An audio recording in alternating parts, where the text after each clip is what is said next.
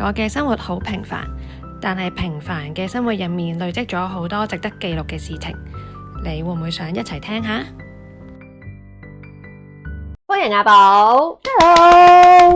今日我哋嘅 topic 都幾認真喎，係教育應該要新增嘅科目，冇錯。對於喺香港咁多年嘅教育，你覺得有啲咩科目你覺得係應該要加啦？我覺得一定要加呢個理財，搵錢。如果呢個社會係真係想多啲打工仔嘅話，咁起碼要教啲打工仔點樣儲錢啦。佢就係唔想你有錢啊嘛，所以你先要 keep 住同佢打工。係啦，即係我覺得，但係其實咧，我覺得咧係應該要教，起碼仲要，我覺得咁我可以加多一科就係、如何防詐騙。新增呢個科目，冇錯，防詐騙唔得啊！學校搞唔掂，學校都唔夠啲詐騙勁，揾邊個嚟教啊？喺監獄度捉個最勁嘅犯人過嚟，佢詐騙咗最勁全世界幾億咁樣。咩啊？佢哋拉到咩？警察唔係話拉唔到咩？所以冇資源，揾唔到好嘅老師啦。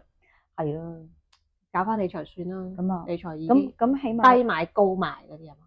唔係啊，唔係，起碼要教翻啲人，你有幾多錢，你應該點樣分配你啲錢咁樣咯。因為我覺得好似有時咧，可能有時都會見到，可能有啲可能咩連登啊，或者可能嗰啲社交平台嗰啲咧，會見到嗰啲人，咁佢哋就會講話佢哋即係唔知點樣咧，就儲唔到錢咁樣嘅。咁有時我覺得可能會唔會有機會學校都可以即係可能有一啲嘅理財科目，就係話俾佢哋聽。你嘅錢咧，你每個月如果你真係打一份工咧，你嘅錢都真係有限嘅。你應該要好好去分配每一個月你嘅使費咁樣。而有時其實都應該要儲翻一筆應急嘅錢咁樣。咁你即係真係有一啲需要應急嘅時候，你先至叫真係有錢去到救命咁樣。即係譬如可能係臨時臨急，突然間你又想讀下書喎，想進下修喎，即係雖然你都可以借錢，但係咧借錢又真係好麻煩，你又要還息噶嘛。係啊，咁如果係咁樣，即係可以早少少就俾啲小朋友佢哋知道呢件事嘅重要性嘅話，會好好多咧。即係唔使佢哋下下就話一係就要借錢，借完之後，哇，原來還咁多息咁辛苦啊咁樣。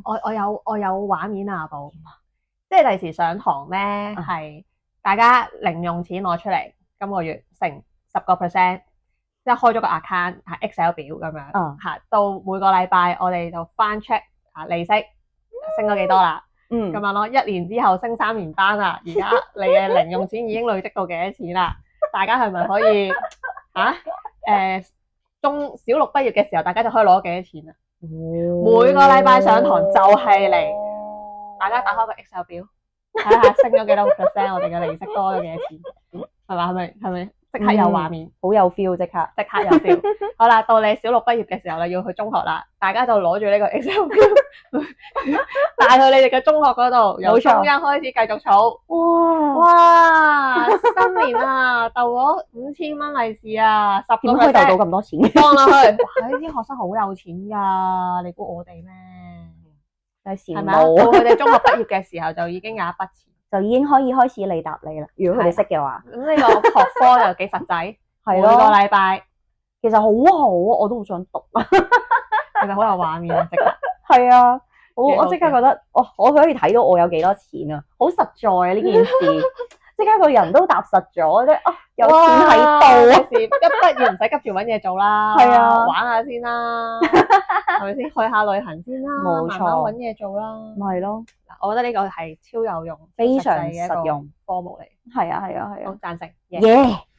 咁我覺得咧係要新增打坐嘅，打坐，因為咧其實打坐係好嘢嚟嘅。細個打坐咧會幫到你激活個腦啊，其實。係啊，外國咧其實好多學校或者好多公司咧都係有打坐嘅時間嘅。咁啲人咧做過研究咧，打坐之後咧，你個記憶力係會提高。係啊，咁同埋咧佢有減壓嘅作用。所以我覺得香港嗰啲壓力太大，即係又係要由細你就要練習點樣去訓練你嘅呼吸，點樣去調節你嘅情緒或者壓力。係啊，咁你點樣去面對你考試前後嘅嗰啲壓力咯？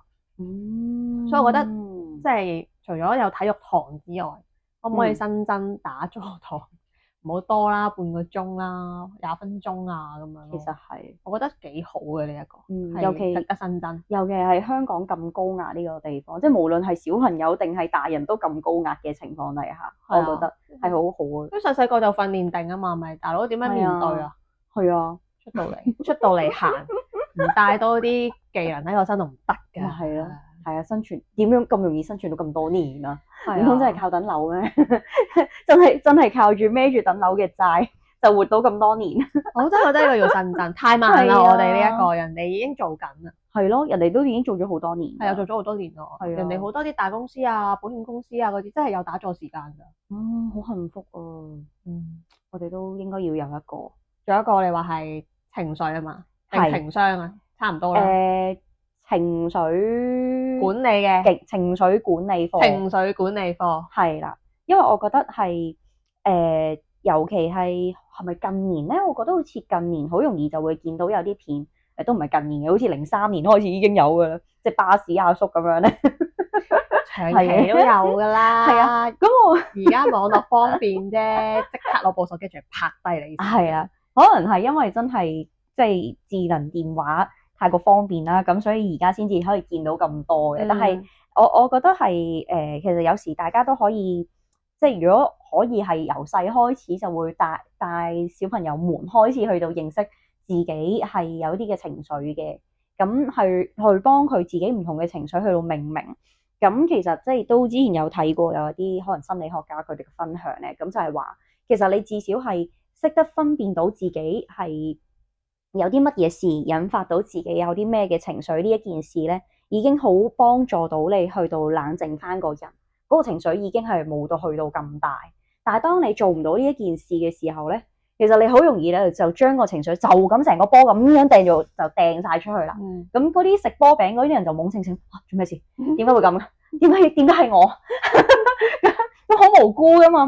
咁所以我覺得其實最好咧就係可以俾佢哋至少認識到自己嘅情緒之餘，能夠可以再更進一步，最好咧就係教佢哋去健康咁樣去到溝通咯。因為即係有時可能係譬如啦，好容易通常都係真係可能譬如起碼係2個人以上咁，然後會發生咗啲事，咁你先會有啲情緒出現咗咁樣嘅。咁呢個時候其實就應該佢哋要學識點去到健康咁樣溝通，係可能譬如係某個人做咗乜一啲嘅事令到我唔開心，佢要知道呢一樣嘢，同埋要話翻俾人哋聽其實你咁樣做令到我係會有覺得不被尊重啊，或者等等之類嘅各種嘅情緒啊感覺啊，之後再話俾佢聽其實點樣做係會令我覺得係舒服啲嘅。你係大個咗先學㗎？我係大個咗先學嘅，我細個都唔識嘅。學習中。我係而家都未學到，係啊，因為我會容易係攬埋一嚿嗰啲嘢咯。之後你好似想講，但係又好難講唔出咩大道理，棘住咗喺個喉嚨嗰度，係咪好難講感受？係啦，都仍然係嬲緊件事。係啦，所以係你話係咪要學咧？應該都係要學嘅。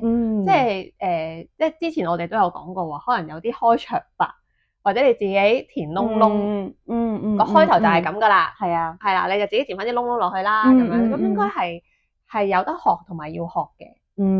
可能講下就會習慣。係啊，但係你真係要識得分辨嗰個情緒先，因為情緒有時候佢係一嚿。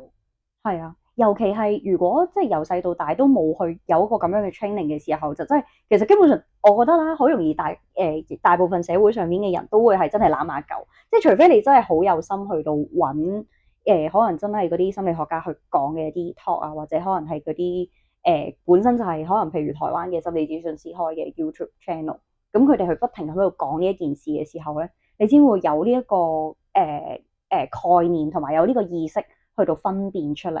同慢慢將佢抽絲剝繭，一開始的確係唔容易嘅。我相信佢哋都係慢慢學翻嚟嘅。難啊，係啊。同埋有時候咧，係你講完之後，對方點樣接收到個問題？當我哋從來都冇被教育過嘅時候，其實對方都冇呢一啲 concept 嘅時候咧，佢都唔知自己究竟聽緊啲乜，其實或者佢要俾啲咩反應你咧？其實係，有時候係你講完，佢又唔係心理醫生，係啊，佢又唔係社工，係啊，咁佢又唔係神父，佢就會坐咗喺度。幾時食飯？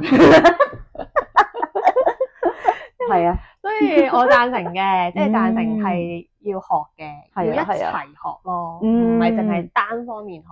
係啊，係啊。所以教育係咪個真真咧？所係以係啊，所以其實我覺得其實都已經，反正都所有學生都已經集中晒喺學校㗎啦。咁啊有一次我教晒俾佢啲學生，即係喺學生哥學晒咁樣，即係佢接收到幾多就都係盡力去到做㗎啦。即係好似你中英數學中英數跟住同埋各種嘅學科，你都係盡力去做㗎啦。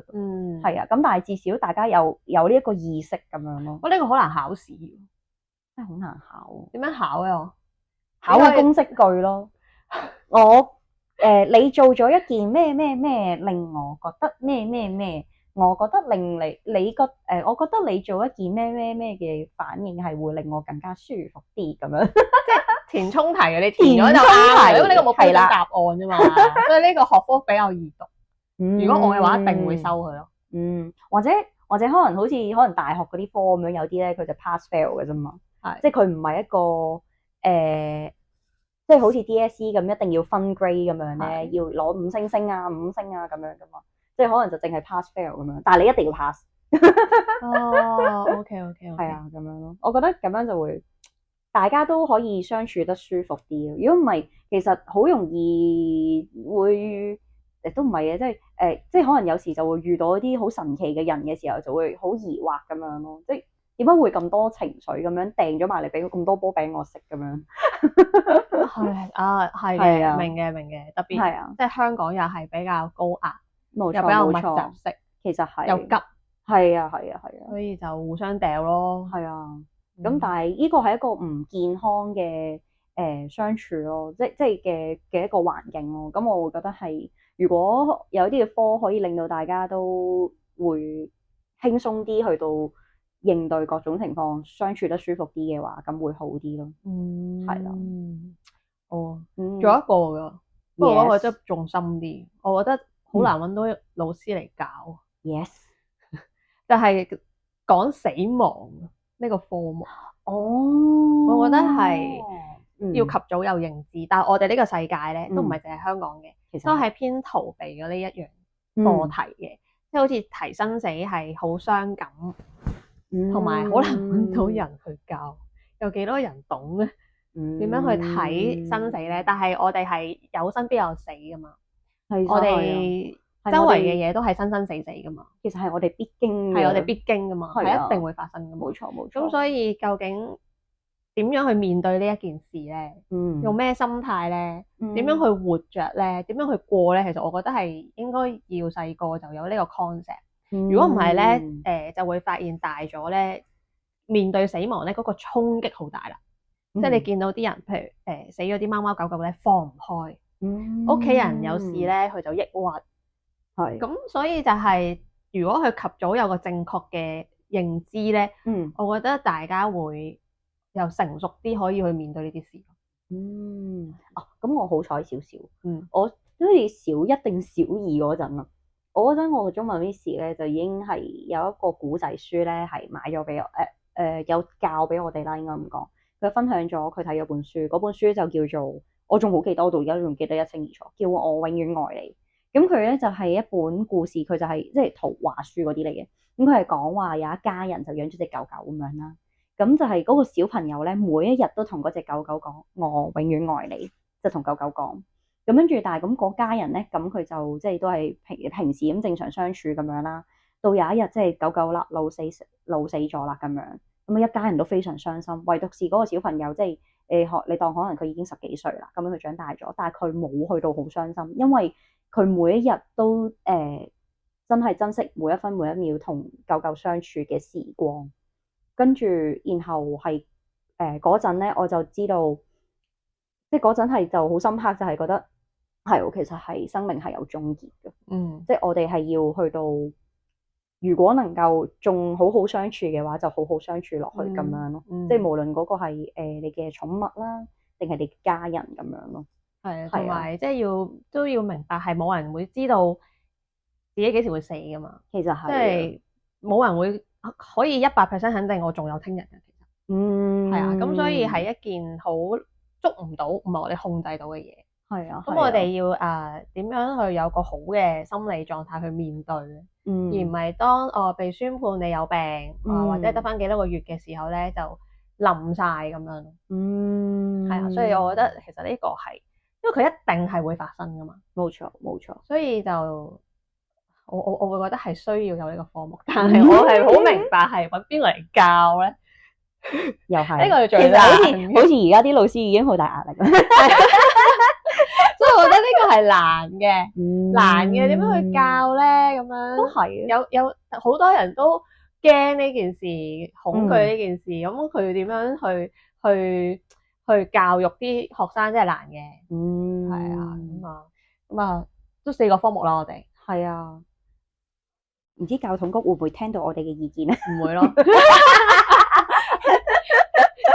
聽到就我收到你嘅意見啦。冇錯，等待，希望在明天。冇錯。